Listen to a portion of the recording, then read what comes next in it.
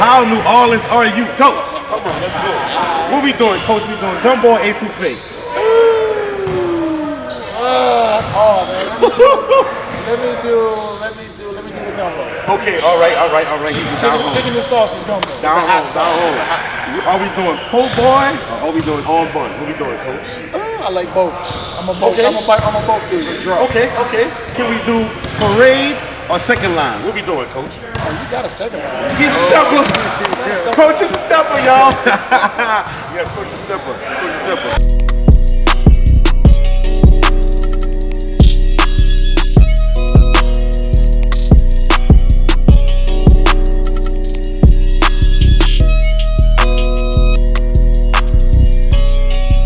How y'all doing today? Today we got a very, very, very special episode of RockyRuu. Y'all gonna like this, you're gonna love this. I told y'all, all about information, all about building this man up.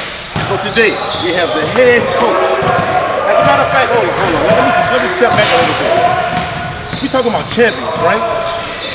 We talking about championship. We talking about discipline. We talking about being a character, okay? So on this episode, we want to give praise and we want to honor, first of all, Coach AJ Williams. How you doing today? Doing well, man. How are you? Good. It is an honor for you to have us. Thank you so much. We love your facility. We love what you're doing with your team. We love it all. But one thing I want to jump right into before we get into this. You told me that they had a microwave back in the day that mean they had money. Come on, Coach. Money, man. You got a microwave at the end. You had a microwave back in the day. Your family's doing really well. You're welcome. So, we grew up, my generation, our folks now, we grew up with the oven. We gotta take time to put it on the stove time, let it heat up, then you do it. So that's a 15-20-minute process. So this generation now is all about, they want it now. They got unlimited access at their fingertips, cell phones. And so we always preaching about the process. Yes, it's long, it's tedious, but it's the process. Right. And there's most good things that happen well, they take a little time. We always talk about 5 businesses, Nike, Amazon, Walmart, Target, Mercedes-Benz, all those companies stand in some excellence in their desired fields, but they didn't get there overnight. There was a process to get there, build. And so we're trying to do the same thing here, just talking about the process and helping them understand. In order for us to be great, we got to go through the process. Can't skip steps. And so that's been the number one thing that we've been talking about. Don't skip steps, go through the process, go through the growing pains. And at the end of the day, man, success comes out of it. Okay. You've been a coach here for 7 years, I believe, right? Yeah. What were some of the hurdles and some of the struggles during your process of this? Well, my first year, we went 10-20.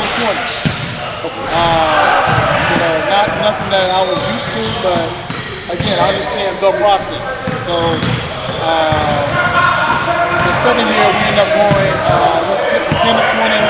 We ended up winning 24 games my second year. Motivation. 24 games, won regular season championship, and then we made it to the championship of the tournament. So in that year, we ended up winning that. So that started the foundation. This was 17-18. That started the drive for us to go to where we are now. So since then, we won 4 championships. Oh, okay. 2 regular season, 2 tournament championships. We had at least 10 All-Americans in the last 5 years. Okay. And we've just been steadily just putting guys out, putting guys in positions where they can have success. And to this day now, we got about 4 pros right now. Okay. Playing overseas and everything. So being able to have a platform where these young men come in, not only capitalize academically, but they also capitalize on the basketball also. Okay. So the past 5 years have been really impactful. Absolutely, man. We've been, I would say, in the city, we've been top 1 or 2 in the city in the last 5 years. And that's just a testament of our work. We've become a group that everybody understands that you play Xavier, you have to come to work every day. You gotta have your game on. Have your hard hat on. The one thing that we've been able to build was our level of discipline from our play. So that's where a lot of teams may play us. They understand they're going to be very disciplined. they're going to execute and they're not going to beat themselves. And so that's a recipe for us that we found that helps us to add towards winning. Like you just said, some of these youngsters, they want it right now. What is the discipline trait that you have to teach, coach? Patience. Okay, yes. The level of commitment. You know, a lot of people say, hey, I want to be All-American. I want to win a championship. Okay, but are you willing to put that extra time in what's required in order to get to that championship? Are you willing to shoot free throws alone? Yeah. So we always talk about things that we do in the dark. When it's time for the lights to come on, it's going to show everything that you did in the dark. So we believe in this, putting in the work. We believe in improving daily, and we believe in just constantly getting 1% better every day. And we can continue to get 1% better every day over a course of time. That 1% turns into 20, turns into 30. In the words of my great friend Scholar Green, he said, you got to practice doing the right things and repetition. Absolutely. Yes. If you do that, you'll win every time. Absolutely. That's one of our strong points. I know they would love to play a whole totally different way, but we know what it takes for us to win. We have a recipe that we formulated over the course of 7 years that, hey, this works. This is our recipe for Xavier. And a lot of people can't say that. A lot of people can just kind of guess and get it good. We took a lot of guessing now. This is what we know works. We're going to do this. And again, 4 championships, 2 regular season, 2 tournament champs, 10 All-Americans. With that being said, how impactful is that you being a former player here, if you become a novice, for you to be in position to do this?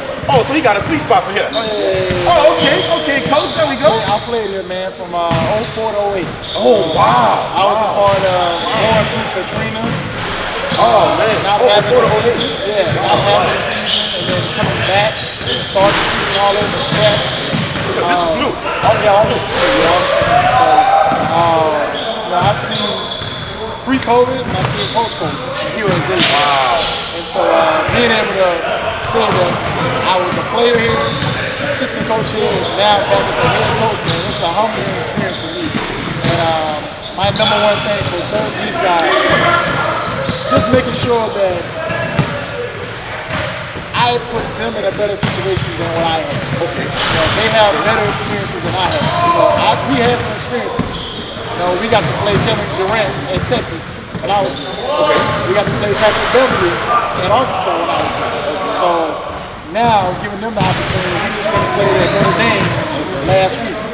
We about to go play in the Chris Paul invitation at HBCU tip-off in Connecticut this week. So these kind of experiences, man, they'll be able to take with them for a lifetime. And that's all I'm trying to do. Give them a better experience than what I had. Yeah, so I have another question. The next question is, at what point in your career as a player did you decide you wanted to be a coach and take it to the next level? Man, so Once it stumbled upon. so when I was in high school, my cousin, which was my high school coach, he told me that I was going to be a great coach one day. And I'm like, Saw something in you. nah, I'm trying to play ball. I have 2 brothers that play football. So that's what I do. My big cousin is Kevin Durant. So basketball runs in my family. Runs in my family. So it's like, I'm going to go play ball. My cousins are still playing ball now. And it just so happened that graduated in 08. Tried to go play ball the whole year. No doors open up.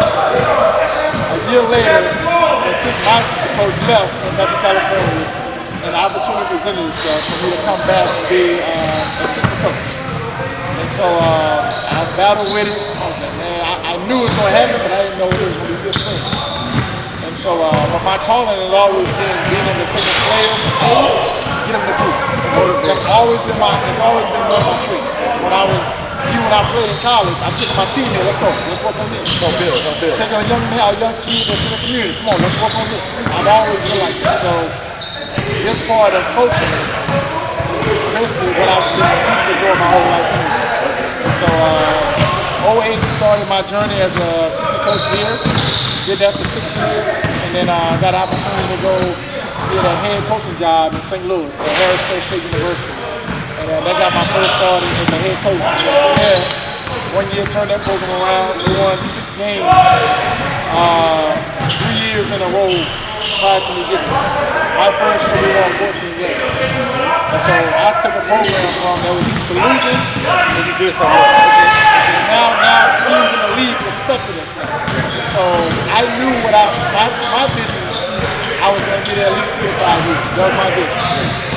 And this so happened, God had a different plan. I had a different plan. The job opened up. I applied. I was one of 125 that applied for the job. And so it's like, man, it's just a blessing, man. Wow, it's a blessing. You know? So I don't take it lightly. I respect the responsibility to take the program to another level. And again, it's been one of my callings to be able to take a young man, mold him, build him up, and send him out. So, Coach, what's one of the biggest things you learned since becoming a coach? I've always been patient, but my patience level now is at an all-time high. Because a lot of student athletes that we get, a lot of them don't have father figures or male figures. So I understand instantly when they come to our program, that's what we are. We may be a big cousin, an uncle, maybe a father figure, but we're one of those. And so understanding where they are when they walk in the door, understand where they are, meeting them where they at, and then build them up from there. Those have been probably the 2 things that I've learned probably the most, meeting them where they are and just having more patience. Because again, this generation, they want it now. So I gotta be able to take from our coaching staff and give them the tools they need to succeed when they walk out of these doors in 4 years or whatever, how long it takes them to graduate. Were you learning along the way? Always learning, man. Okay, yes, I'm always learning. I learn, to this day I learn. I like to do things a certain way. This generation, they're more visual. So I have to constantly be involved with them because if you don't involve with them, you don't get left behind. You're going to be right behind. Technology moving like this. So same thing goes with the new school and everything. So every day I try to challenge myself just to get a little bit better. I don't just say 1% for them to get better. Also for myself too, 1% to get practicing with the league. Yeah, absolutely. So as a team overall, what's one thing you want to improve on as a team? Overall, or just like right now? Right now, we're not shooting the ball well at all. We're not shooting the ball well at all. So us getting better at hitting our shots, just getting more comfortable hitting our shots. So it's all about execution. Execution number 2. They want the home run play. Every time. Sometimes you gotta massage some things to get what you want. And that's what we've always talked about. Taking our time, building, getting better within the offense. Because again, teams are going to take away our first options. Can we get to option 2, 3, 4, exploit the defense, and then get what we want? So those are the two of the things of us hitting shots and us being patient in the process. How important is education for these young men? I know you say some of them, you're like a father figure, big cousin, friend, however they go. How important is education for your boys and your program? Well, being here at Xavier, you got to be able to do this academic work. So a lot of the people that we bring in here, they have to be able to do the academic piece first, and then also do the basketball piece. So we try to make sure that we eliminate all distractions or elements that kind of put roadblocks in the academic piece. And we give them tutors. We do study hall. We have bi-weekly meetings in there. How are you doing in your classes? Just trying to eliminate all the distractions so you can have success and graduate. But at the end of the day, that's the ultimate goal. We want to win ball games and we want to graduate. That's how we go. So by us doing those 2 things, it becomes a staple of what we're trying to do in our program. Just coming in from last last year to this year, congratulations, y'all off to a great start. What changes have been made from last year to this year?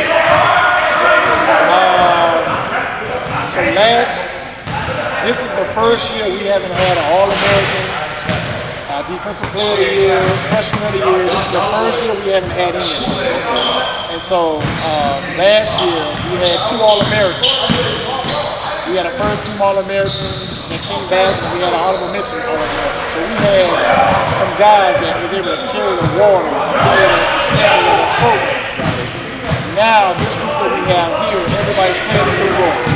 From role guys playing a new role this year, becoming more of a focal point in the offense. The transfers coming in, playing a new role, understanding a new system. So that's probably been the biggest challenges we've had so far.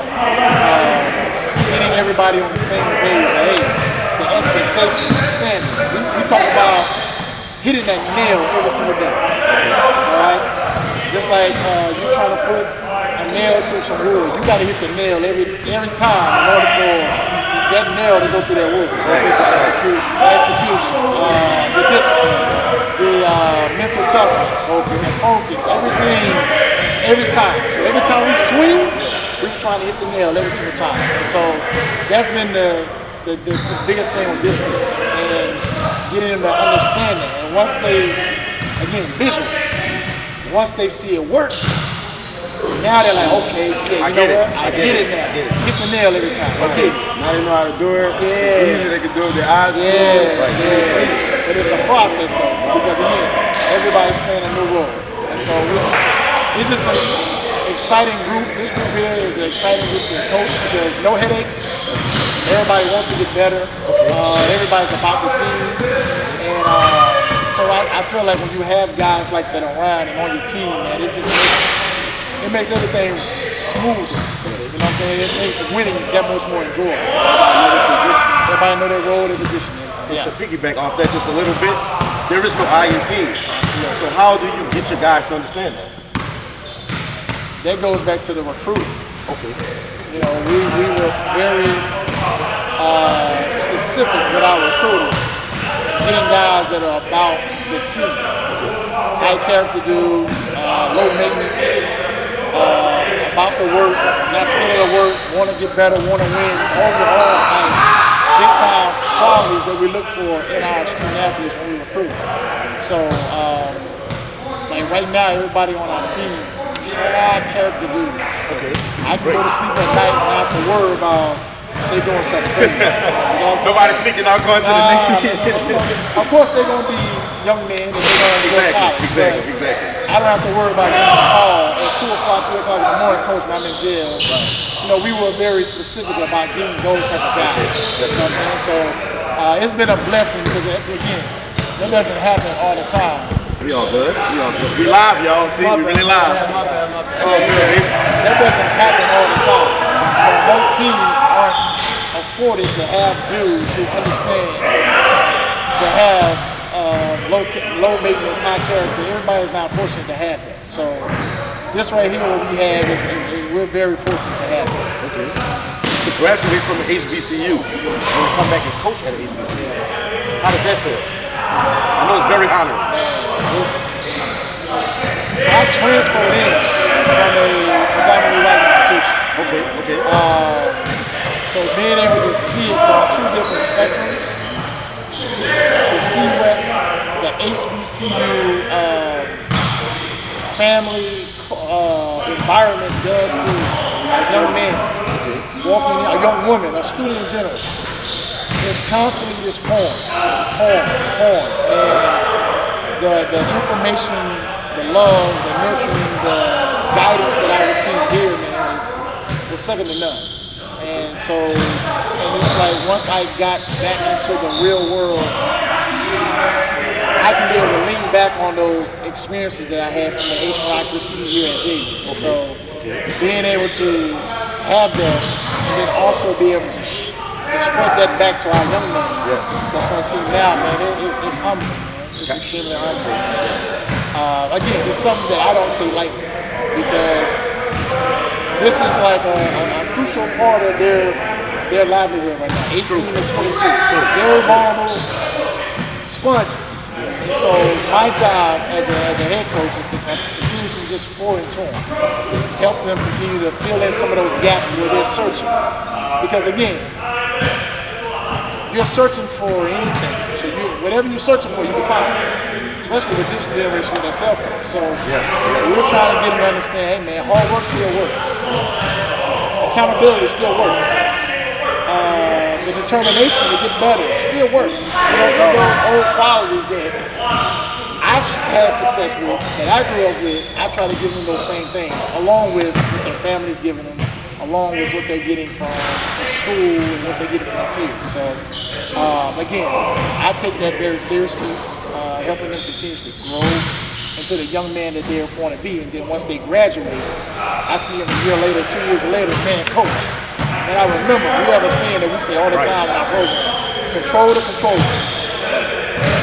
Control the controllables. Control the things that you can control. Because there's a lot of things outside of your control that you have You won't be able to handle it, right? you can't do. There's nothing you can do. It's going to happen regardless. So we try to give them, hey, control the things that you can control. Control your attitude. Control your work ethic. You control being on time. You can control how hard you work. Mindset. So those are all the qualities, the pillars that we lean on in our program, man. And again, it really shows when they graduate and they come back and they coach, they told us. And I appreciate you pushing us that hard, coach. And then just seeing them now, like just for example, we just had home. Had 4 young men come back. One of them just graduated from pharmacy school. He was working at a chemical plant in Texas, nuclear plant in Texas. You know, another young man that's working with Microsoft. He's doing outstanding. You know, another young man that's about to go into med school, about to be a doctor. And it was just so amazing, man, just to see them as they left here, where they at now in the stage of their life. Yes. Plant the seed, it shall grow. Plant the seed, it shall grow. Yes. So we're big on that here. Everybody don't understand that. Like, man, how y'all consistently do that, man? We put the work in. Like, we put the work in. We practice at 5 o'clock in the morning. Okay. So while everybody's sleeping, we practicing at 5. So my mindset is this: if you don't do it at 5 in the morning, you can do it at 7:30 at night. Yes. I get it. To piggyback what we said in the beginning, it takes a day to make a Toyota. It takes 6 months to make a Rolls Royce. You know, so you gotta put in the work. You won't get great results in one day. You gotta be willing to dedicate yourself over the course of time. Absolutely. And it's, again, it just goes back to the work. It goes back to the mindset. If you got the right mindset to get better, not afraid of doing the small things, man, the success gonna follow. Success gonna follow hard work. It always does. Always does. So is this it for coach? I mean, is this it? Is this the career? Are we going higher up? Are we going to NBA coach? What are we doing? Are we just going as we go? You know, when I first started, I said I wanted to be a head coach by 30. I got in at 25, said I wanted to be a head coach at 30. I became a head coach at 31. Then I got my second head coaching job at 32. I love Xavier dearly. You know, the NBA was always a goal. I wanted to get to the NBA. You know, but I do know my impact that I have here. We're making a real impact, man, to really change lives. I feel like you like this too. I love it, man. I can do this every day. Like this isn't work. It's work, but it's not work. Exactly. You love to do what you're doing. I love doing what I'm doing. I love growing young men into being positive citizens in the community. I love, again, taking a kid from A, getting him to Z. I love that part. Finished product. Yeah, finished product. And so I just love everything about it, man. I love everything about it. Basketball, I love the getting better part. I love seeing a young man that a lot of people didn't see a lot in, and then all of a sudden he turned into a player. Watch him flourish. Like, I love everything about that. And so, but I'm not naive. If the opportunity presents itself, for sure, got to take a strong look at it for sure. Right. So, but we understand people want winners, and we've had a track record for 6 years of winning. So if the opportunity presents itself where Big D1 calls, the NBA gives me an opportunity, hey man, look, I've been watching it for a few years. Could give me a good by our organization. Gotta take a look at it, you know. Gotta really take a look at it. So that's it. We do appreciate your time. I appreciate y'all, man. It's been a blessing, man. Thank you y'all so much. One more thing before we get out of here, though, Coach. You've been down here in New Orleans, you've been in Louisiana for about 7 years. Yeah. So we have to ask you these questions to see how New Orleans are you, Coach? Come on, let's go. What we doing, Coach? We doing gumbo or etouffee? That's hard, man. Let me do the gumbo. Okay, all right. He's down home. Chicken and sausage gumbo. Down home. Are we doing po' boy or are we doing on bun? What we doing, Coach? I like both. I'm a both. Okay. I'm a both. It's a draw. Okay. Can we do parade or second line? What we doing, Coach? Oh, you got a second one. He's a stepper. Coach is a stepper, y'all. Yes, Coach is a stepper. And one more thing. Coach, we got one more for you. Yeah. Are we doing Essence Festival Bayou Classic? Come on now, Coach. Come on, you a stepper. I like the dance, man. You a stepper? Take me to Essence. Let's go. There we go. Thank you so much, Coach. Appreciate y'all. Thank you so much, Coach, for letting us come and be a part of the facility. We want you to know that this show is for you. Yeah. You don't have to just come to talk to us about basketball. You talk to us about life. You can help us grow. I learned a couple of tricks from you just from talking to you just now, Coach. So thank you so much. That was a fire episode of RockyRuu. I got my Coach Nico, Coach Williams. We out.